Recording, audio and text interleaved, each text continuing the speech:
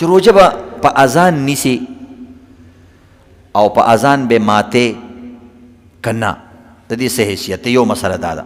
نو دا یاد لري عزتمندو، اذان د مونځ دپاره وي، هغه د روژې دپاره نه وي. د اذان تعلق چا سره دی؟ روژې سره. د اذان تعلق مونځ سره دی. څه سره دی؟ ځکه هغې کې راځي که نه الصلاة خیر من النوم، او بل دا ورته وایي حی علی الصلاة، وایي مونځ له راشه. خو که بالفرض یو سړی د روژې دپاره استعمالوي نو دا هم ناروا نه ده. اذان د روژې دپاره ناروا نه ده، خو اذان اصل کې راغلی د څه دپاره؟ د مونځ دپاره. نو دې وجې نه عزتمندو بعضې کسان د اذان انتظار کوي چې اذان څو پورې نه شوی بس دا خوراک کوي هلکه بجلي به نه وي، اذان به نه کېږي، بیا به زه کې. یا ګلبدین ماما زمونږ په علاقه کې او ستا په علاقه کې چشمدین ماما اذان کوي، خو هغه د اذان په ټیم د سره نه پوهېږي. دغه خپل یو دماغ دی، بچ څه ټیم اذان وکړو بس اذان یې کړي. نو اذان د روژې تعلق الله رب العزت قرآن کې بیان کړی دی چې کله سپین تار د تور تار نه جدا شي، یعنې ټیم ته ګوره، وخت ته ګوره. او ثم اتم الصیام الی اللیل، بیا به شپې پورې ګورې، چې شپه شروع شي بس روژه ختمه. نو ته به غروب ته ګورې، ته به صبح صادق ته ګورې. نو د هغې دپاره خپل ټیمونه دي. اوس خو اسانه شوي د مخکې به خلکو بره عزتمندو په روزانه به ختل په بلو باندې لاندې به نوړی کوله، بیا به غریب بره منډه کړې چې نور پرېوتی دی که نه او رڼا راوخته که نه. ډېر ګرانې روژې وي، سات پس به نوړی کوله، سات پس به بره کتل چې هلکه نور پرېوتو که نه، ګړۍ چې نه وي کم وخت کې. سخت خبره وه. خلکو به نیمه نیمه ګنټه مخکې روژې بندولې چې روژه مې خرابه نه شي، ځکه ټیمونو باندې نه پوهېده، پته نه لګېده. ورېځ به وه، چې ورېځ به وه تا ته به څه پته لګېده چې دغه هغه رڼا شوې ده که نه او نور پرېوتی دی که نه، پته لګېږي نه. اوس څومره اسانه شوه، تا سره موبایل دی، تا سره ګړۍ ده، الله درته اسانه کړه. نو کم از کم د روژې دپاره خو دا ګړۍ استعمالوه که نه، شوشه دپاره دی اچولې ده. نو دې وجې عزتمندو ځان سره یو نقشه ډاونلوډ کړئ. د پېښور نقشه چې ته د کراچۍ ونه کړي، چې ته د سعودي عرب نقشه ځان ته ډاونلوډ نه کړي او په هغې باندې مخکې وروستو روژې ماته نه کړي. نو دا احتیاط پکې عزتمندو چې ټیم پوره شوی نه دی د پېشمني. قلارې خوراک کوه، ملا دې قلارې بنګونه کوي، هغه به ځان دپاره کوي، هغه به خپله څه تادي، هېڅ خبره نشته. اذان هم دې کېږي خوراک کوه، ځکه چې ټیم باقي دی، خو چې تا ته پته وي په ټیم پوهېږې. احتیاط دا دی چې یو 15 منټه مخکې بند کا. اوس یو سړی دی غریب هم په مغه ټیم کې سترګې وغړېدلې، اوس هغه خو بس اخري منټه پورې هم خوراک کولی شي، هېڅ خبره نه ده. بعضې عالمان وایي چې اذان شروع هم خوراک کولی شي. بعضې روایتو کې راځي، خو د هغې مطلب دا دی د نبي اسلام زمانه کې به په ټیمونو اذانونه کېدل، هغوی به احتیاطاً ترې مخکې اذان شروع کړو، نو خلکو به یې چې هلکه زه ټیم پکې شته. د دې مطلب دا نه دی چې ټیم پوره شوی دی او ته خوراک کوه، ځکه د هر څیز تعلق د مونځ او د روژې تعلق ټیم سره دی. د څرنګې ماښام د یو سړي وختي اذان وکړو نو ته بیا پې ماتې څه روژه. نو اوس هغه غریب خېټې راغستی دی، یو 15 منټې مخکې ویلو یا دماغ یې کار ونه کړو، صحیح شو. نو خو تاله خو پکار دا دی چې انتظار وکړه که نه. یا یو قاري صاحب دی، اوس هغه پهله خپله روټۍ خوري، وروسته بیا اذان کوي. اوس ته انتظار کوې چې اذان به کېږي، نه ټیم پوره دی، بس بیا خوراک کولی شي. احتیاطاً که سړی اذان ته بیا انتظار کوي وروسته خیر دی، خو سهار پېشمني ټیم کې عزتمندو د دې څیزونو خیال ساتل پکار دی. بل یو بله مسله د عزتمندو، بعضې کسان تپوس کوي چې څوک رمضان کې مړ شي یا د جمعې په ورځ مړ شي، نو وایي چې دا جنت ته ځي او د باندې عذاب نه وي. نو عزتمندو عمل کول پکار دي، د انتظار باندې نه نی ساتل پکار چې زه به جمعې شپه به چا ته نصیب کېږي یا به نه نصیب کېږي. او دا ضروري ده چې اوس ایمان دیني او د جمعې په شپه مړ شي نو ښه به دې غربوي، دا څه خبره نه ده. وختونو پورې څه تعلق د ډېرو څیزونو نشته، عمل پورې تعلق دی د ډېرو څیزونو. نو د دې وجې نه عزتمندو په دې امیدونو باندې نه دي ایسارېدل پکار چې انشاءالله زه خو د ټول عمر نه دعا کوم خدای به مې جمعې شپه نصیب کوي. دویمه دې کې خپل شرایط دي. کافر که د جمعې په ورځ مړي او که د جمعې په دغه ماښام مړي او که په جومات کې مړي، هغه ته الله رب العزت عذاب نه بخي، د هغې خپل شرایط دي.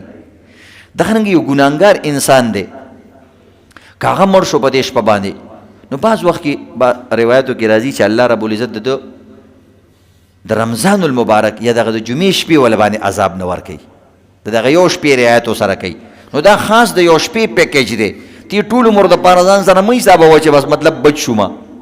بعض وخت یو پیکیج هغه ګنټه کې دننه کار کوي، چې ګنټه ختم شي که استعمال کړي او کني بیا جمعې شپې سره وي هغه د جمعې ورځ د پاره نو تا ته خو په قبر کې ډېرې شپې پرتې دي اول ته چې د یو ګروز وخوړلو دام دله ډېره ده د هغې نه ځان ساته داسې اعمال ګوره چې په هغې باندې د ټول عمر عذاب ختمیږي هغه څه دی هغه توبه ده هغه بل سره ظلم نه کول دي هغه انصاف کول دي هغه زیاتې نه کول دي هغه د بل حق ادا کول دي دا داسې عملونه چې په دې سره د ټول عمر عذاب ختمیږي د دې فکر وکړه صرف د جمعو او د سخاتونو او د دې شپو او د روزو په انتظارونو کې مه اوسېږه یو بزرګ نه چاته پوسو کوي د شب قدر څه علامت دی زموږ خلک شب قدر پسې ډېر ګرځي که نه بهترینه شپه ده بلکل نه خو دا مو سره شته چې په دغه شپه باندې د بعضو خلکو دعاګانې وایي نه قبلیږي نو دې ته هم سوچ کوې که نه چې زه په هغې کې یم که نه سم وکړم نو هغه نه چاته پوس وکړو چې جي د شب قدر څه علامت دی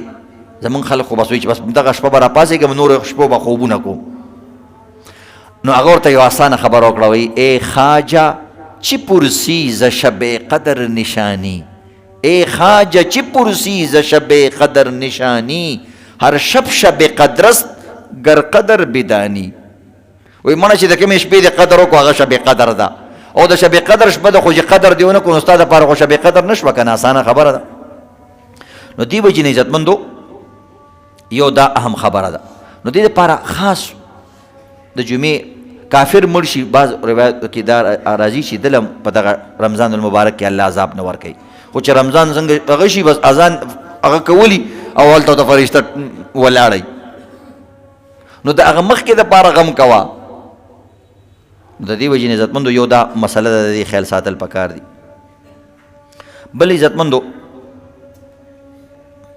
تاسو ته مو ویلې چې یو څو څیزونو اهتمام کول پکار دي هغه دا ده چې د خولې روجه بند صرف د کانه پینې بندوالی نه دی یو شاعر فارسی کې یو شعر ویلی ډېر مزیدار وی گوش بند عین بند گوش بند چشم بند لب بند گوش بند چشم بند لب بند گر نبینی نور حق بر ما بخن وی درې څیزونه بند که که الله تا ته نورانیت د دین او د اسلام د خوشحالۍ نصیب نه کړو نو ما پورې وخانده چې ده هسې ډیلاک ویشتی و هسې ګپې لګولی یو غوږ بند که د غلطو کارونو نه په رمضان مبارک کې ګانې بجانې خو مه وره که نه او عزتمندو او دغه رنګې خوله بنده که په دې کې خو ګانې بجانې مه وایه که نه تا نه خو هغه اداکاران ښه دي هغوی په دې دغه کې تورې لوپټې واچوي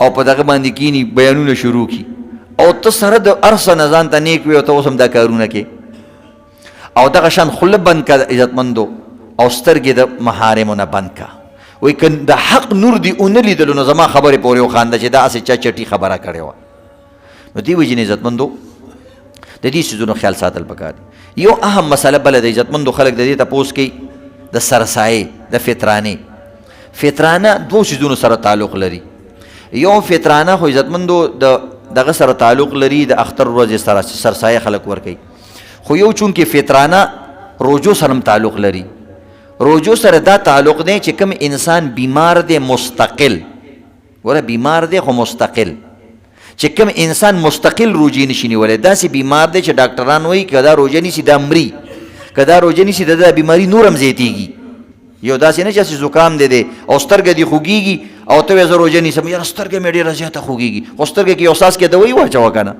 سترګې دوایي سره روژه نه ماتېږي داسې خو نه ده یا جي دا نوک مې ختلی دی په نوک باندې د پاسه دوایي واچوه روژه دې بلکل نه ماتېږي یو انجکشن پکې ووه بلکل پکې روژه نه ماتېږي نو هسې انې بانې نه دي کول پکار نو که مستقل بیماری وي عارضي بیماری کې به روژه نه نیسي چې سخته بیماری عارضي خو هغې کې فدیه او سرسایه او فطرانه کار نه کوي چې کوم مستقل بیماری یا داسې بوډا دی شیخ فانی چې ورته ډېر بوډا نو هغه انسان دپاره عزتمندو بیا به د یو روجي فطرانه ورکوي فدیه به ورکوي نو فدیه د دې دپاره زده کول پکار دي روژه کې د ټولو روژو م ورکولی شي یا د یو روژه چې تیریږي مو سره ورکولی شي ښه ده چې انسان د ټولو روژو ورکړي د بل مسلمان غریب پکار وشي نو فطرانه عزتمندو د غنمو په اعتبار سره هم ده د جوارو په اعتبار سره هم ده د وربشو په اعتبار سره هم ده او دغه رنګ د کجورو په اعتبار سره هم ده. که څوک د غذایي اجناس پکې ورکوي دا هم پکې ورکولی شي. غنم به 2 سیره یا پاو کم دی سره 2 سیره، بعض ویلي پاو باندې 2 سیره غنم یا اوړه دومره به ورکوي. یا د دې قیمت اسانه خبره ده، سبا خلک پیسې ورکوي، پیسې ښه وي د بل مسلمان پې چې څه ضرورت یې هغه پوره کړي. نو که یو انسان روژه مستقل نشي نیولی یا ډېر بوډا دی یا مثلا یو انسان مړ شوی دی، ته وایي چې د هغه د روژو زه فدیه ورکول غواړم، نو د یو روژې فدیه د غنمو په اعتبار سره 300 روپۍ جوړېږي، 200 یا 300 روپۍ جوړېږي، احتیاطاً 300 سړی ورکړي. 300 روپۍ د یو روژې فدیه ده. او دغه رنګې د اختر سرسایب هم د مري که چېرته اوړه نور ګران نشو او غنم نور ګران نشو.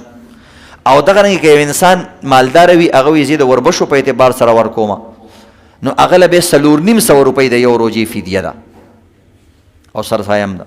یا دغه رنګ یو انسان د کجورو په اعتبار سره کوم، نو هغه 4.5 سره کجورو پیسې به ورکوي. بیا د غنمو 2 سیره پاو باندې 2 سیره پیسې وي، د دې بیا 100 وي، 100 ویل کېږي تقریبا 3.5 سور نه والا 4.5 سیرو پورې پکې قول راغلی.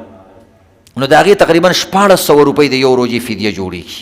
نو چې کوم مالداره سړی هغه د 1400 روپۍ ورځ ورکوي، مستقل بیمار دی یا د پلار د طرف نه یا د مور د طرف نه ورکوي.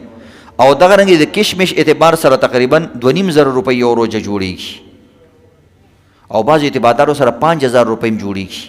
نو بهرحال 300 روپۍ کم از کم ورکول پکار دي که یو انسان روژه نشي نیولی مستقل. چې کوم انسان یې اوس نشي نیولی وروسته نیولی شي بیا په فدیه نه بچ کېږي، بیا به وروسته نیسي.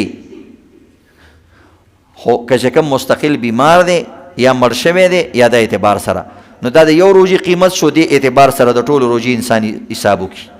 کم انسان بار ملکونو کې د هغې حساب سره ورکوي، هلته روژه نشي نیولی، نو هلته دې د دې 2 سیرو اوړو تپوس کوي چې په څو باندې ده، د هغې پیسې دې ورکوي.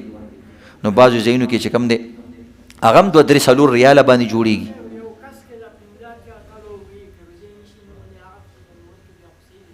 نو همدې ته مې وایي که نه شیخ فاني، ما درته وایي که شیخ فاني څه ته وایي؟ هغه بوډا چې هغه انسان روژې نشي نیولی مستقل، همدغه دپاره دا مسله ده. یا داسې بیمار د شوګر داسې درجه کې دی چې هغه ته ډاکټر ویلي که تا روژې ونیولې مرې، یا بیا به دنه لاس کټ کوو یا بیا به دنه خپه کټ کوو، ستا زخم دی او که تا روژې ونیولې او شوګر د دې لیول کې وي نو بیا دنه لاس کټ کوو. نو الله رب العزت بیا وایي زه بس مړه دا لاس غم دې وکړه، زموږ د روژو غم پرېږده. دومره رحیم او کریم دی، وایي د خپل ځان غم وکړه، وایي د دې لاس غم دې وکړه، د دې خپې غم دې وکړه، بچي در په غاړه دي، تا ته خپل ځان در په غاړه دی، روژې مه نیسه. خو زه یو غریبان موږ له خو څه مه راکړه، خو دې غریب له خو یو 300 روپۍ ورکړه او شکر وباسه. یرید الله بکم اليسر، الله درته اساني راوسته، ولا یرید بکم العسر، سختي د باندې الله را نه وسته. مخکینی بعضې امتیانو کې داسې و چې بعض ځای به تا هلته به ګن پرېوت و هغه ځای به دې کټ کو، داسې سخته وه پې. او د روژې زوړ ترتیب دا و چې د شپې به اوده شوې بس روژه به دې شروع شوه، که پېشمنۍ دې کړې وه او که نه و کړې. ډېره سخته قیصه وه. یو سړی ستړی ستومان راغی، د صحابو دور کې داسې کار وشو. ستړی ستومان راغلی، ښځې ته څه شته؟ ویل څه نشته، ورې ګاونډی نه سره وړم. چې هغه راغلی پوره روژې نیولې وه او د روژه ماتي ټیم کې څه نه و او غریب چې و سترګې ورغلې وې. ښځې ترکاري راوړه، وایي اوهو ته خو اوده شوې، بس بیا بله روژه د سره کړه. همداسې په ناره باندې به دې بله روژه نیوله، بیا الله رب العزت اساني راوسته. احل لکم لیلة الصیام الرفث، وایي مړه د دې اخري امت دپاره کو ښځو سره هغه نورې قیسې کوئ، هغه هم د شپې جایز دي. نور څه کوې؟ بعضې کسان دغې که نه خامخا دې قیسو پسې ګرځي، وایي زه بس که د شپې پکې دا نور کارونه کوې هغه هم درته جایز دي. دومره درته اسانه کړه. او که اوده کېږي بیا را پاسېږي، خو چې ته سهار اذان نه شوی یا وخت نه داخل شوی هغې پورې خوراک هم کوه. نو دومره اساني الله رب العزت راوسته. نو بار ملکونو والد د خپل ملک اعتبار سره د 4 کیلو کجورو ته پوسو کې د هغې فطرانه ورکولی شي او دغه رنګې د روژې فدیه ورکولی شي.